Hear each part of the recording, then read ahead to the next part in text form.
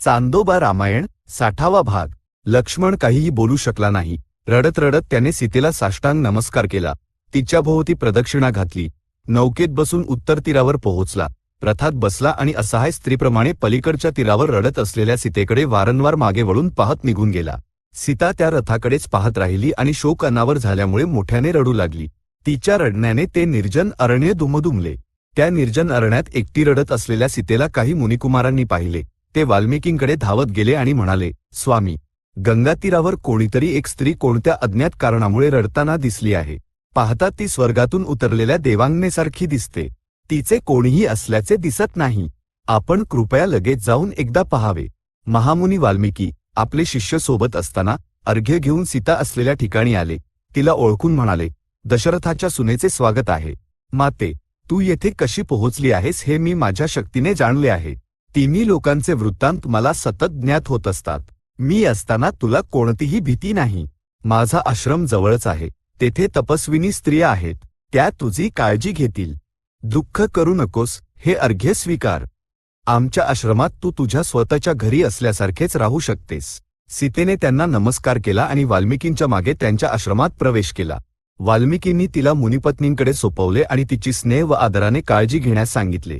अयोध्येला परत जात असलेला लक्ष्मण सुमंत्राला म्हणाला, सुमंत्रा, अण्णांना सीतावियोगामुळे किती दुःख प्राप्त झाले आहे ते पाहिलेस ना? निर्दोष सीतेवर किती कठीण प्रसंग ओढवला आहे ते बघ। सुमंत्र त्या शब्दांवर म्हणाला, लक्ष्मणा, रामाला सुख अल्प असेल आणि आप्तजनांचा वियोग घडेल असे पूर्वी मुनींनी सांगितलेच होते। ते खूप मोठे रहस्य आहे। मी तुला सांगतो, पण तू मात्र भरत आणि शत्रुघ्नला सांगू नकोस, असे म्हणून त्याने पुढीलप्रमाणे सांगितले। एके दिवशी दशरथ वसिष्ठांच्या आश्रमात गेला असता तेथे अत्री महामुनींचे पुत्र दुर्वास होते। दशरथाने मुनींकडून स्वागत सत्कार स्वीकारला आणि संभाषणाच्या ओघात दुर्वासांना विचारले, महात्मन, माझ्या संततीचे भविष्य कसे असणार आहे? आमच्या रामाचे आयुष्य किती आहे? माझे उर्वरित पुत्र किती काळ जगतील? आमच्या रामाला किती पुत्र होतील? ते किती काळ जगतील? त्या प्रश्नांच्या उत्तरादाखल दुर्वासांनी एक प्राचीन कथा सांगितली। देवासुर युद्धात पराभूत होऊन असुरांनी भृगु महामुनींच्या पत्नीचा आश्रय घेतला। तिने त्यांना अभय दिले। हे पाहून विष्णू रागावले आणि त्यांनी भृगूच्या पत्नीचे मस्तक आपल्या सुदर्शन चक्राने धडावेगळे केले। लगेच भृगु महामुनी संतापले आणि त्यांनी विष्णूंना भूतलावर जन्म घेऊन पत्नीच्या वियोगाने तळमळण्याचा शाप दिला। त्या शापाच्या प्रभावाने विष्णूंनी दशरथाच्या पोटी पुत्र म्हणून जन्म घेतला आणि ते राम या नावाने प्रसिद्ध झाले। राम शापाचे फळ नक्कीच भोगतील। ते 11,000 वर्षे अयोध्येचे राज्य करतील, अनेक अश्वमेध यज्ञ करून ब्रह्मलोकाला जातील। त्यांना 2 पुत्र होतील, मात्र ते अयोध्येत न होता दुसऱ्या ठिकाणी जन्म घेतील। राम त्यांचा राज्याभिषेक करतील, असे दुर्वासांनी दशरथाला सांगितले। असे बोलत बोलत लक्ष्मण आणि सुमंत्र संध्याकाळपर्यंत गोमती नावाच्या ठिकाणी पोहोचले आणि ती रात्र तिथेच घालवली। दुसऱ्या दिवशी सकाळी ते पुन्हा प्रवासाला निघाले। अयोध्येला जाताना रामाला काय सांगावे या विचाराने लक्ष्मण अत्यंत व्यथित झाला। रथ अयोध्येत पोहोचला।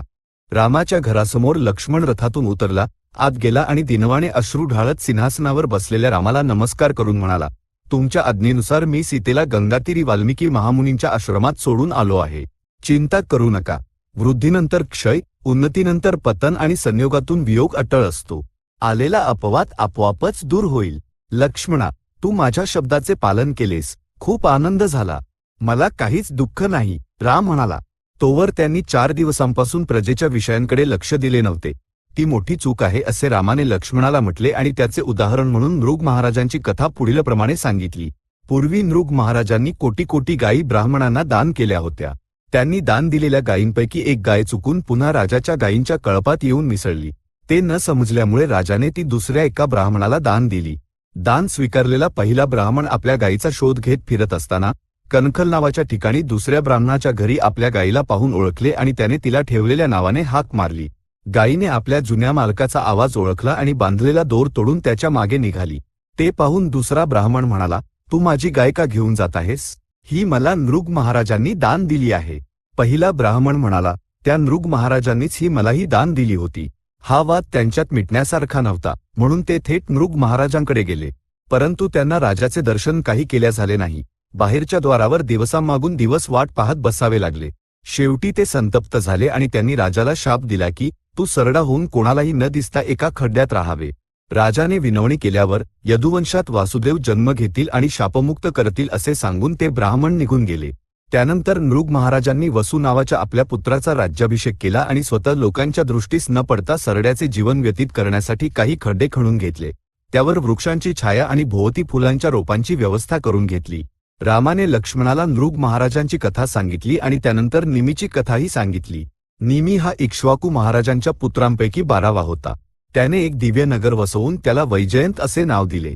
त्याने आपल्या पित्याला आनंद देण्यासाठी एक यज्ञ करण्याचे ठरवले आणि वसिष्ठांना ऋत्विज होण्यासाठी विनंती केली. परंतु वसिष्ठांनी सांगितले की इंद्राने आधीच त्यांना यज्ञ करण्यासाठी बोलावले आहे. इंद्राचा यज्ञ पूर्ण होताच ते येऊन निमीचा यज्ञ करतील असे सांगून ते निघून गेले. त्यामुळे निमीने गौतमांना सोबत घेऊन यज्ञ पूर्ण केला. इंद्राचा यज्ञ संपताच वसिष्ठ परत आले आणि निमीने त्यांची वाट न पाहता गौतमांकडून यज्ञ पूर्ण करून घेतल्याचे समजल्यावर त्यांना राग आला. ते राजाला भेटायला गेले. नेमक्या त्याच वेळी निमी निद्राधीन होता. वसिष्ठांनी राजाच्या दर्शनासाठी थोडा वेळ वाट पाहिली आणि निमीने आपल्याला जाणूनबुजून वाट पाहायला लावली असे समजून शाप दिला. राजा, दुसऱ्याकडून यज्ञ करवून घेऊन तू माझा अपमान केला आहेस, म्हणून तुझे शरीर निश्चेष्ट होवो.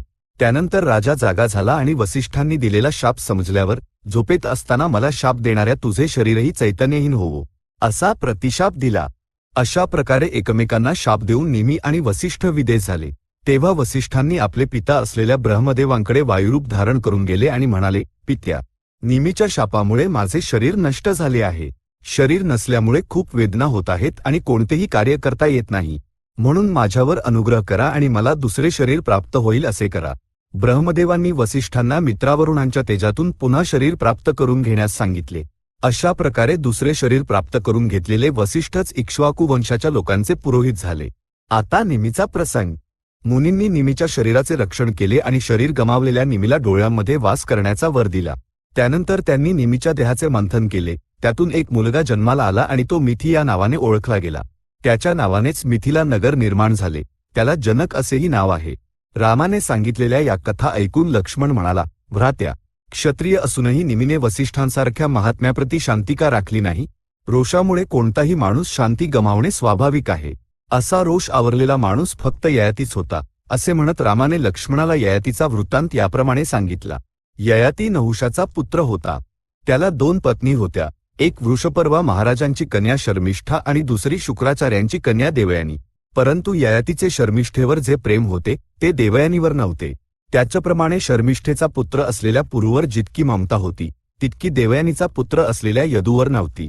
खरं तर पुरू सद्गुणी होता आणि शर्मिष्ठेचा पुत्र भी होता. आपले वडील पुरूवर अधिक प्रेम दाखवत असल्याचे सहन न झाल्यामुळे यदूने आपली माता देवयानीला म्हटले, माते, शुक्राचार्यांसारख्या थोर पुरुषाची कन्या असूनही तू आणि तुझा पुत्र असलेला मी हा अपमान का सहन करावा? आपण दोघेही अग्नीत उडी घेऊन प्राणांचा त्याग करूया. हा अपमान कदाचित तू सहन करशील, पण मी सहन करू शकत नाही. मी आत्महत्या करेन. मला अनुमती दे, असे म्हणून तो ढसाढसा रडला. पुत्राचे दुःख पाहून देवयानीला संताप आला. तिने आपल्या पित्याचे स्मरण केले आणि लगेच शुक्राचार्य आले.